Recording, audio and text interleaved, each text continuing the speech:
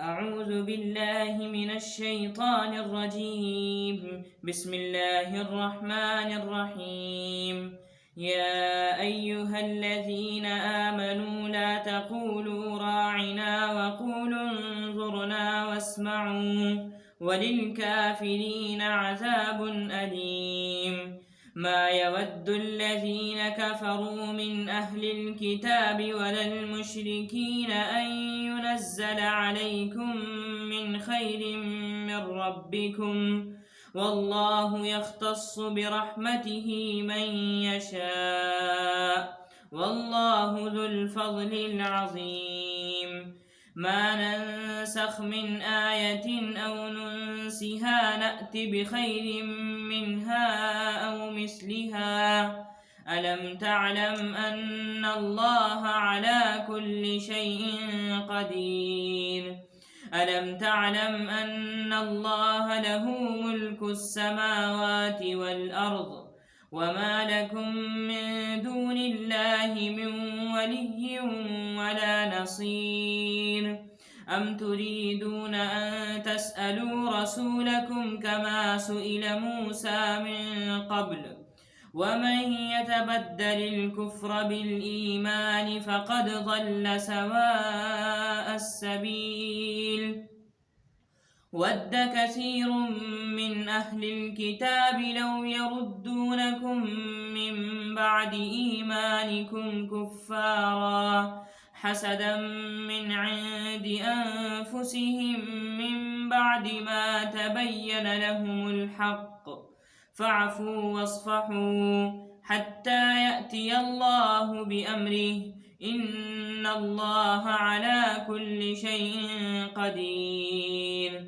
وأقيموا الصلاة وآتوا الزكاة وما تقدموا لأنفسكم من خير تجدوه عند الله، إن الله بما تعملون بصير. وقالوا لن يدخل الجنة إلا من كان هودا أو نصارى، تلك أمانيهم، قل هاتوا برهانكم إن كنتم صادقين. صدق الله العظيم.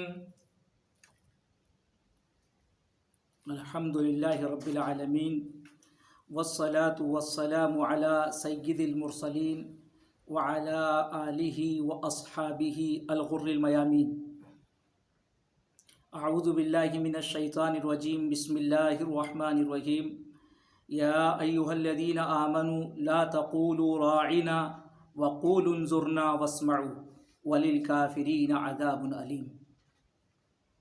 اس سے پیشتر آیات میں یہودیوں کی جہالت کا، حماقت کا اور حضرت جبریل امین سے ان کی عداوت کا تذکرہ تھا. ان آیات میں حضرت رسول پاک صلی اللہ علیہ وسلم کے ساتھ ان کی گستاخی اور مسلمانوں کے ساتھ بدخواہی کا تذکرہ ہے.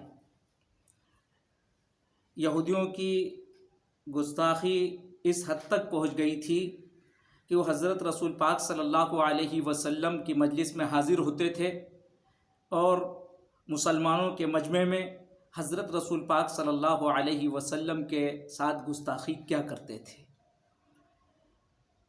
اس کا تذکرہ ان آیات میں کیا گیا ہے.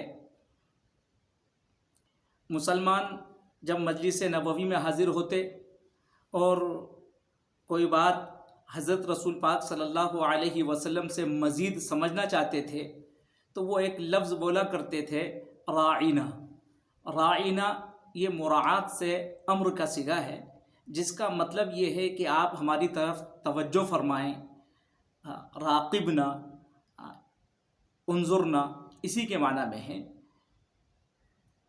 اور یہ لفظ عربی زبان کے اعتبار سے بہت فصیح لفظ ہے، اچھا لفظ ہے، لیکن یہودی اس میں تدلیس کیا کرتے تھے اور اپنی نالائکی میں وہ حضرت رسول پاک صلی اللہ علیہ وسلم سے جب مخاطب ہوتے تو اس وقت میں اس کو ایمالے کے ساتھ بول دیا کرتے تھے راعینا. راعی کے معنی عربی میں چرواہے کے آتے ہیں اور اپنے دل کی ایک بھڑاس گویا کہ اس لفظ کے ذریعے سے نکال لیا کرتے تھے.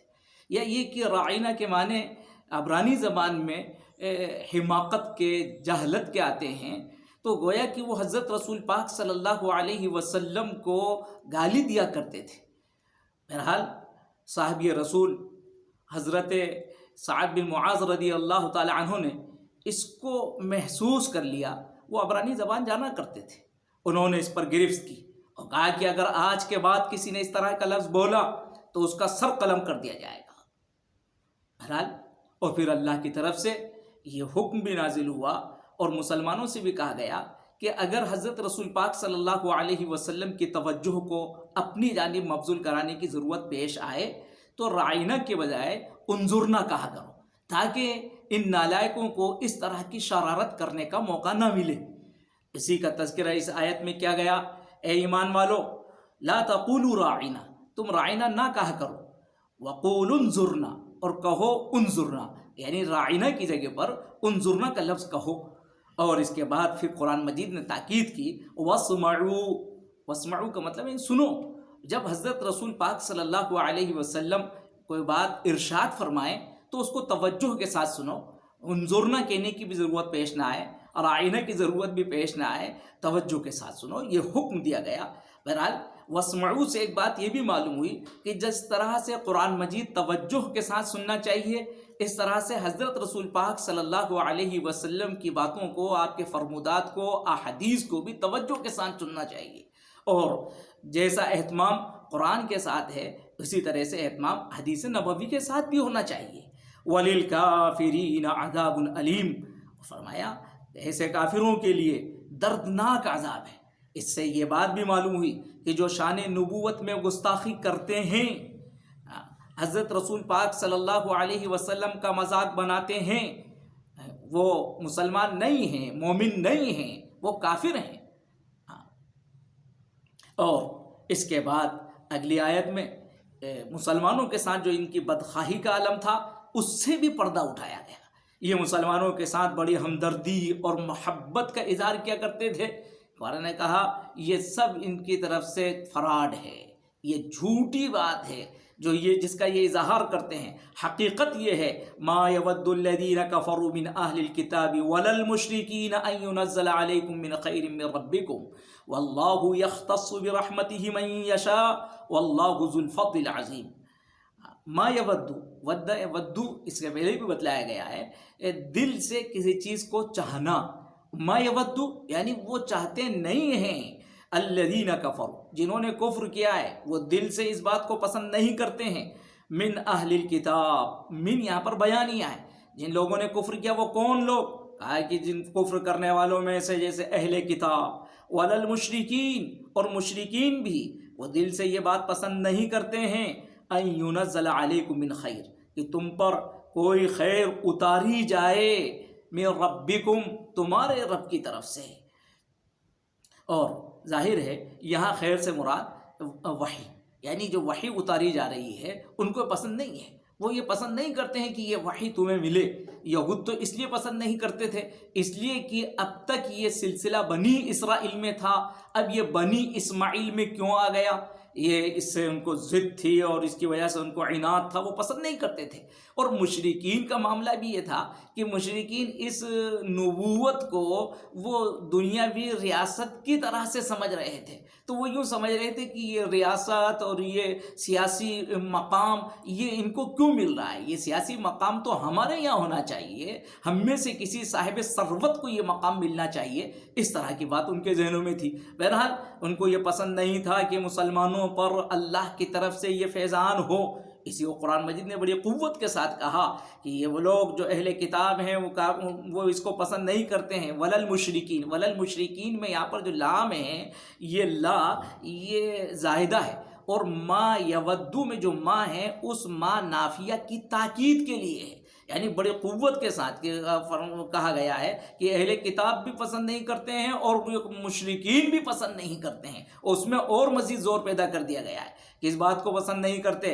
ان ینزل علیکم من خیر من ربکم، علیکم، علیکم کو یہاں پر مقدم کر دیا گیا ہے۔ عربی کے اعتبار سے جملہ یوں ہوتا ان ینزل من خیر علیکم، یوں ہوتا، ان ينزل من خیر علیکم، یہ ہوتا. لیکن علیکم کو مقدم کر کر حقیقتاً ایک لطیف اشارہ کر دیا گیا ہے اس بات کی طرف کہ ان کو ناگواری اس کے خیر کی وجہ سے نہیں ہے، ان کو ناگواری اس وجہ سے یہ خیر علیکم تمہارے اوپر کیوں اتر رہی ہے، ان کو نفرت تمہارے اوپر اترنے کی وجہ سے ہے. اس کا گویا کہ نفرت کا، عداوت کا مدار بتلا دیا گیا ہے. اس کی اصل وجہ یہ ہے من خیر، خیر یہ نکرہ ہے اور اس کے اوپر من یہ زائدہ ہے، جس سے خیر کے اندر استغراق کا مفہوم پیدا ہو گیا ہے. یعنی کسی بھی طرح کا خیر جو تم پر اتارا جائے تمہارے رب کی طرف سے انہیں پسند نہیں ہے. سب سے اول جو سب سے عظیم خیر تھا اس کے معنی تو میں نے آپ کو بتلائے ہیں کہ وہی اس میں مراد ہے. لیکن اس کے علاوہ جتنی بھی اور خیر ہیں، اللہ کی طرف سے جو بھی خیر تمہیں دیا جاتا ہے، چاہے وہ دنیاوی ہو، چاہے وہ اخروی ہو، وہ مادی ہو، روحانی ہو، جیسا بھی ہو، وہ چھوٹا ہو بڑا ہو، ان کو بھاتا نہیں ہے. واللہ یختص برحمتہ من یشاء، لیکن اللہ کا فیصلہ سنایا جا رہا ہے. اللہ اپنی رحمت سے جس کو چاہتا ہے وہ خاص کر دیتا ہے. یہ بندوں کی مرضی سے متعلق نہیں ہے. اللہ اس کائنات کا بادشاہ ہے، جس کو چاہے وہ خیر عطا فرمائے، جس کو چاہے عزت عطا فرمائے، جس کو چاہے دولت عطا فرمائے، یہ اس کے اختیار میں ہے. واللہ ذو الفضل العظیم، اللہ بڑے فضل والا ہے. یہ کہہ کر یہ بھی بتلا دیا گیا ہے کہ تم اللہ کے فضل سے مایوس اور نا امید کیوں ہو. تم بھی اللہ سے فضل مانگو، اللہ رب العزت تمہیں بھی فضل عطا فرمائیں گے. اللہ کے پاس فضل کی کوئی کمی نہیں ہے.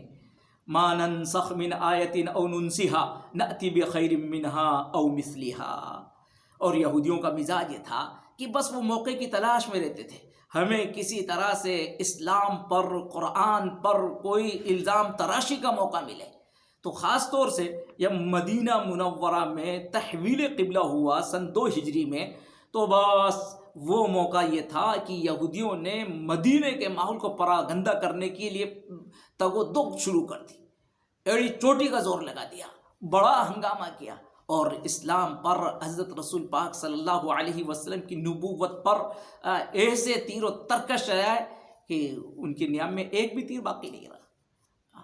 ایسا بس یہ سمجھیے کہ انہوں نے کہا کہ یہ کیسے، یہ محمد کا رب، محمد کی تعلیمات یہ کیسی.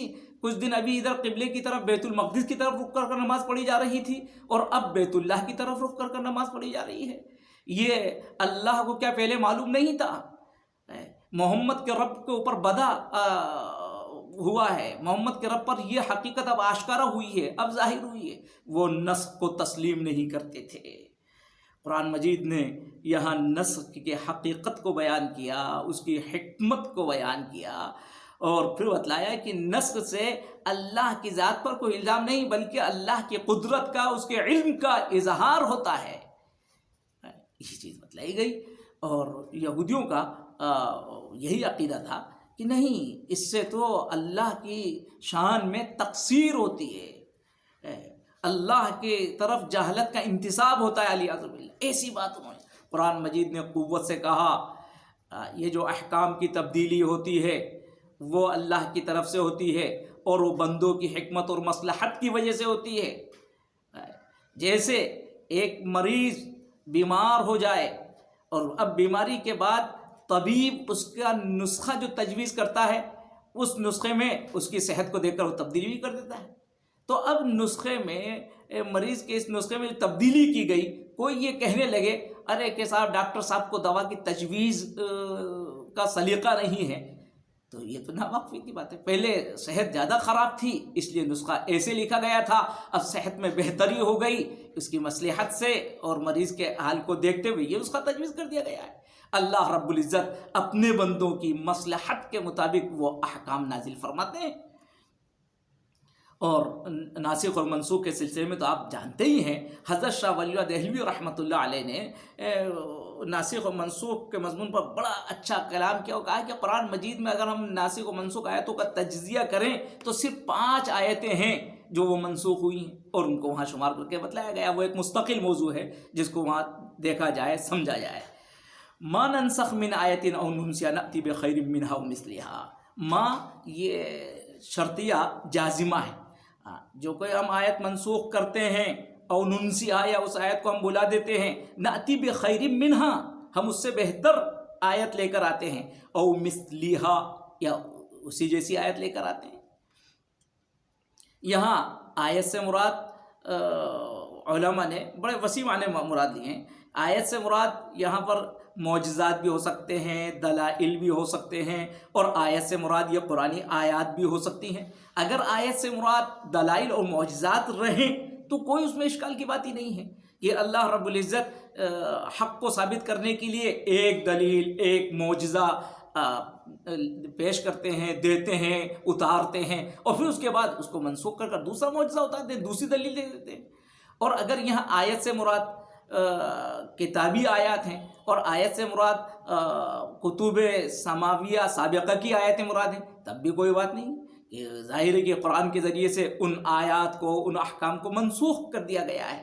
لیکن ہاں جب قرآن کی آیت، تو اب اسی پر لوگوں کو سوال ہوتا ہے، جن کے دلوں میں کجی ہے کہ یہ اللہ کے طرف سے یہ احکام کیسے بدل رہے ہیں، قرآن کے اندر یہ ایک حکم کے بعد دوسرا حکم کیسے آ رہا ہے۔ قرآن مجید نے اسی اشکال کا ازالہ کیا کہ جب اللہ کبھی کسی آیت کو منسوخ کرتا ہے تو اس کی غرض یہ ہوتی ہے نأتی بخیر منہا، ہم اس سے بہتر کوئی حکم لے کر آتے ہیں۔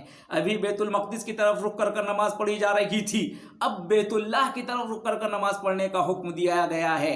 معلوم ہوا کہ یہ اور بھی بہتر ہے، اس لیے کہ اس سرزمین پر سب سے پہلا گھر جو اللہ کی عبادت کے لیے بنایا گیا تھا وہ بیت اللہ ہے۔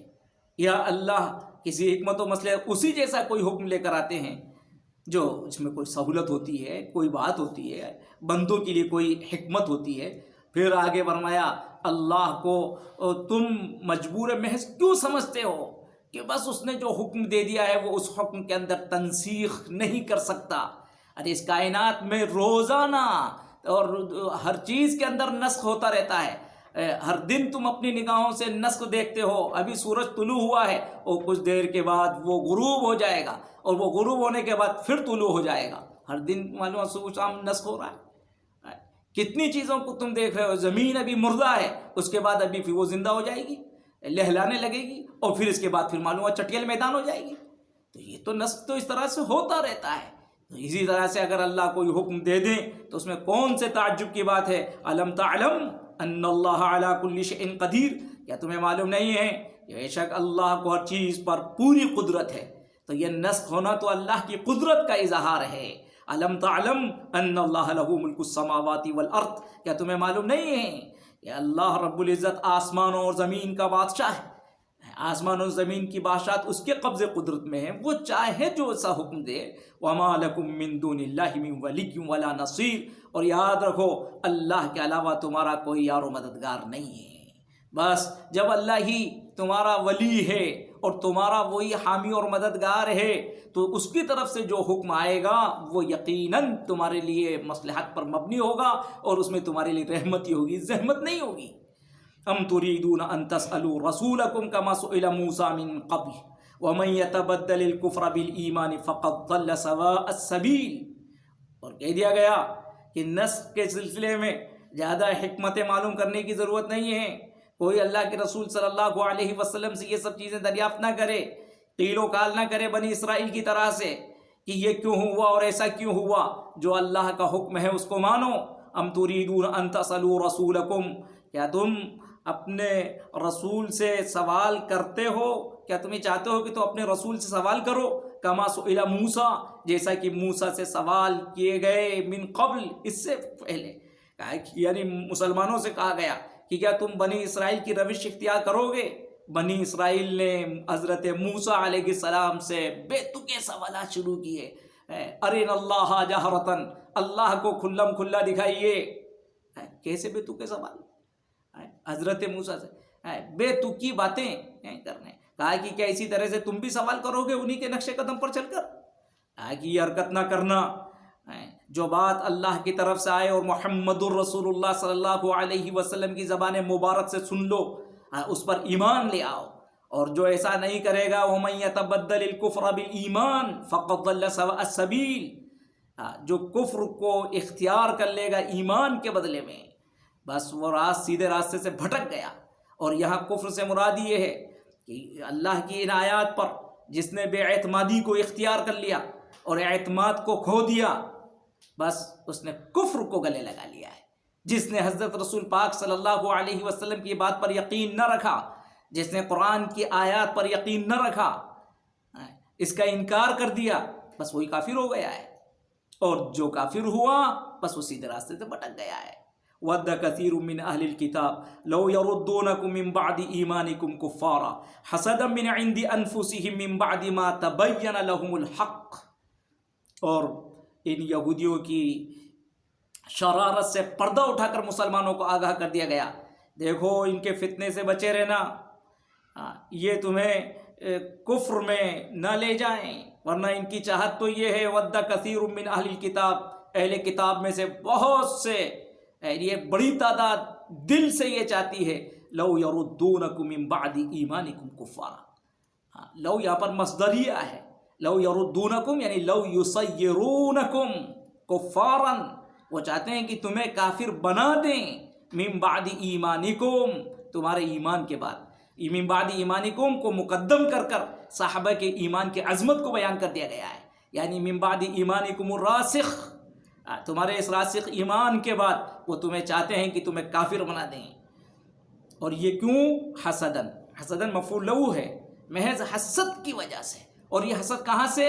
من عند انفسہم، قربان جائیے قرآن کی ان تعبیرات پر، تاکہ یہ حسد یہ مسلمانوں کی دینداری کی وجہ سے نہیں ہے، یہ حسد ان کے دل کی اپج ہے، یہ ان کے نفس کا شر اور فتنہ ہے، یہ ان کی دل کی بھڑاس ہے، بس یہ ان کی اپنی ضد ہے جس کی وجہ سے یہ ان کو حسد ہو گیا ہے۔ حسد من عند انفسہم من بعد ما تبین لهم الحق، جبکہ حق واضح ہو چکا ہے، حق واضح ہو چکا ہے، اس کے باوجود کہ وہ حسد کر رہے ہیں اور مسلمانوں کو اپنی جاہلت کی زندگی میں، کفر کی زندگی میں واپس لے جانا چاہتے ہیں۔ مسلمانوں کو ہوشیار کیا گیا، آگ تنبیہ کر دی گئی، متنبہ رہو۔ اور ظاہر ہے کہ وہ صحابہ جن کو ایمان دنیا کی ہر چیز سے زیادہ محبوب تھا، دنیا کی تمام نعمتیں وہ جس ایمان پر لٹا سکتے تھے، نچھاور کر سکتے تھے، اس ایمان کے ساتھ کوئی ایسا معاملہ کرے، ان کے ایمان کا اس طرح سے سودا کرے، تو ظاہر ہے کہ ان کو کتنی تکلیف ہوگی۔ اس کے لیے ان کی آنکھوں میں خون اتر آئے تو کوئی یعنی قابل اشکال بات نہیں ہے حضرات صحابہ کو۔ لیکن اس ماحول میں مدینے کے جو ان کی لوگ ان کے ایمان پر ڈاکہ زنی کرنا چاہتے ہیں، ان کے ساتھ ان کا معاملہ کیسے ہو، یہ تلقین آگے کی گئی۔ اور واقعتاً یہ آیات ہمارے لیے بڑی رہنمائی کرتی ہیں کہ وہ دشمنان اسلام جو ہمارے ایمان پر ڈاکہ زنی کرنا چاہتے ہیں، مسلمانوں کو ان کے ساتھ کیا معاملہ کرنا چاہیے، اس میں زندگی گزارنے کا، اس دنیا میں رہنے کا سلیقہ سکھلایا گیا۔ مدینے کے اس ماحول میں سب سے پہلی تلقین یہ کی گئی کہ ابھی فعفو واصفحوا، فعفو کا مطلب درگزر کرو، یہ تمہاری چھیڑخانی کر رہے ہیں، تمہیں پریشان کرنا چاہتے ہیں، جن کو ایمان اپنی جانوں سے زیادہ عزیز ہے، اگر کوئی کسی کی جان پر حملہ آور ہو تو انسان جان کا بدلہ جان سے لے لیتا ہے، اور اس کو جان کا بدلہ جان سے لینے کا حق ہے، ہر قانون میں اس کو حق ہے۔ لیکن وہ ایمان جو جان سے بھی زیادہ عزیز ہے، اگر اس پر کوئی ڈاکہ زنی کرے تو بتائیے پھر کیا ہوگا۔ لیکن یہاں قرآن ابھی بھی کہتا ہے نہیں، فعفو، ابھی تم برداشت کرو، ان کو درگزر کرو، واصفحوا، واصفحوا کا مطلب یہ ہے کہ ان کو ابھی معاف کرو، فعفو سے ان سے مواخذہ نہ کرو، اپنے ہاتھوں کو روکے رکھو، اور واصفحوا کے اندر اپنی زبان کو بھی روکے رکھو، سب و شتم بھی نہ کرو، حتیٰ یأتی اللہ بامرہ، یہاں تک کہ اللہ کا حکم آئے، اللہ کا فیصلہ آ جائے۔ جب تک کہ اللہ کا حکم نہ ہو، مومن ایک قدم بھی اللہ کے حکم کے بغیر آگے نہیں بڑھاتا۔ مسلمان ہر جگہ پر اللہ کی شریعت کو سامنے رکھتا ہے، اپنے جذبات سے نہیں کھیلتا۔ مسلمانوں کو یہ تلقین کی جا رہی ہے وہ اپنے جذبات سے نہ کھیلیں، اپنی خود ساختہ تدابیر سے وہ قدم آگے نہ بڑھائیں، ہر وقت ان کے سامنے شریعت اور اللہ کا حکم ہونا چاہیے۔ یہاں بھی اللہ کا حکم ہے، وہ اللہ کے حکم کا انتظار کریں۔ اور آگے کہہ دیا گیا ان اللہ علی کل شیء قدیر۔ اس موقع سے مسلمانوں کو بشارت سنائی جا رہی تھی کہ حالات کی تبدیلی ہوگی، آج تم مظلوم ہو، اور کل انشاءاللہ تمہارے اس ظلم کا اس مظلومیت کا صلہ تمہیں ملے گا اور اللہ تمہیں عزت سے سرفراز فرمائے گا. اور اللہ کی شان سے اس کو بعید نہ سمجھو. ان اللہ علی کل شیء قدیر، بے شک اللہ کو ہر چیز پر پوری قدرت ہے. ابھی کرنے کا جو تمہارا کام ہے اس کو کرتے رہو. اور کرنے کا کام یہ ہے وَأَقِيمُوا الصَّلَاةَ وَآتُوا الزَّكَاةَ، نماز قائم کرو، زکوٰۃ کی ادائیگی کرو. نماز کو قائم کرنے کا حکم دیا گیا اس لیے کہ نماز سے فرد کی اصلاح ہوتی ہے اور زکوٰۃ سے معاشرے اور سماج کا سدھار ہوتا ہے. نماز سے بندے کا تعلق اپنے رب سے قائم ہوتا ہے اور زکوٰۃ سے بندوں کا تعلق بندوں سے قائم ہوتا ہے. حکم دے دیا گیا وَأَقِيمُوا الصَّلَاةَ وَآتُوا الزَّكَاةَ، حقوق اللہ کو بھی ادا کرو، حقوق العباد کو بھی ادا کرو. یہ اصل ہے، اس کی طرف توجہ دلائی گئی. وَأَقِيمُوا الصَّلَاةَ کا جو حکم ہے، اقامت صلاح کا مطلب نماز ایسے نہیں بس کسی بھی طرح سے گئے اور 2 رکعت 4 رکعت نماز پڑھی اور آ گئے. نہیں، پورے اہتمام کے ساتھ نماز ادا کرو، خشوع و خضوع کے ساتھ کرو، تعدیل ارکان کے ساتھ نماز ادا کرو، اہتمام سے کرو، جماعت کے ساتھ پڑھو. نماز جیسا اللہ کو مطلوب ہے ایسی نماز پڑھو. وَآتُوا الزَّكَاةَ کا مطلب بھی زکوٰۃ اسی طرح سے جس طرح حضرت رسول پاک صلی اللہ علیہ وسلم دینے کا طریقہ سکھلایا، بتلایا، اس طرح سے دو. زکوٰۃ سے مراد یہ مقصد یہی ہے کہ تمہارا معاشرے کے اندر سدھار پیدا ہو. یعنی بہرحال جیسی حضرت رسول پاک صلی اللہ علیہ وسلم کے زمانے میں زکوٰۃ دی جاتی تھی، اجتماعی دی جاتی تھی، بیت المال کے ذریعے سے دی جاتی تھی اور پورا جائزہ لے کر دی جاتی تھی، اور پھر اس کا نتیجہ کتنا بہتر نکلا کہ ایک زمانہ وہ آ گیا کہ ایک مسلمان زکوٰۃ لے کر نکلتا تھا لیکن کوئی زکوٰۃ لینے والا اس کو نہ ملتا تھا. وہی تلقین کی جا رہی ہے. تو یہ اہم ہدایات ہیں، پہلے ان کی طرف توجہ ہونا چاہیے. وَمَا تُقَدِّمُوا لِأَنفُسِكُم مِّن خَيْرٍ تَجِدُوهُ عِندَ اللَّهِ، فرمایا جو کچھ بھی تم اپنے لیے خیر آگے بڑھاؤ گے اس کو اللہ کے پاس پاؤ گے. مدینے کے اس ماحول میں ابھی جب تمہارے ساتھ ظلم ہو رہا ہے، زیادتی ہو رہی ہے، لوگ تمہارے ساتھ یہ چھڑکھانی کا معاملہ کر رہے ہیں، اب اس موقع سے انسان کو خیال ہوتا ہے کس کے ساتھ کیا اچھا معاملہ کریں، ہمارے ساتھ تو بدسلوکی ہو رہی ہے. اور اگر کسی کے ساتھ اچھا معاملہ بھی کرتے ہیں تو اس کا اعتراف کون کرے گا؟ مسلمانوں کو ہمیشہ کے لیے سبق دیا جا رہا ہے نہیں، تمہیں خیر میں ہمیشہ قدم آگے بڑھاتے رہنا ہے، اچھا سلوک، اچھے معاملات کرتے رہنا ہے اور آخرت کا ذخیرہ اپنا تیار کرنا ہے. اور یاد رکھو دنیا میں تمہاری اس نیکی کا کوئی اعتراف کرے یا نہ کرے، یہ نیکیاں تمہارے اللہ کے پاس موجود رہیں گی، اس کا صلہ تمہیں اس کے پاس ملے گا. اور یاد رکھو ان اللہ بما تعملون بصیر، جو کچھ کر رہے ہو اس کو اللہ دیکھ رہا ہے. اس میں مومنوں کے لیے وعدہ ہے اور جو ایمان سے خالی ہیں ان کے لیے وعید ہے. بس مومن کو ایسی پاکیزہ زندگی گزارنا چاہیے. اللہ رب العزت ہم سبھی کو شر سے محفوظ رکھے اور ایک مومنانہ شان سے دنیا میں زندگی گزارنے کی توفیق عطا فرمائے. آمین یا رب العالمین.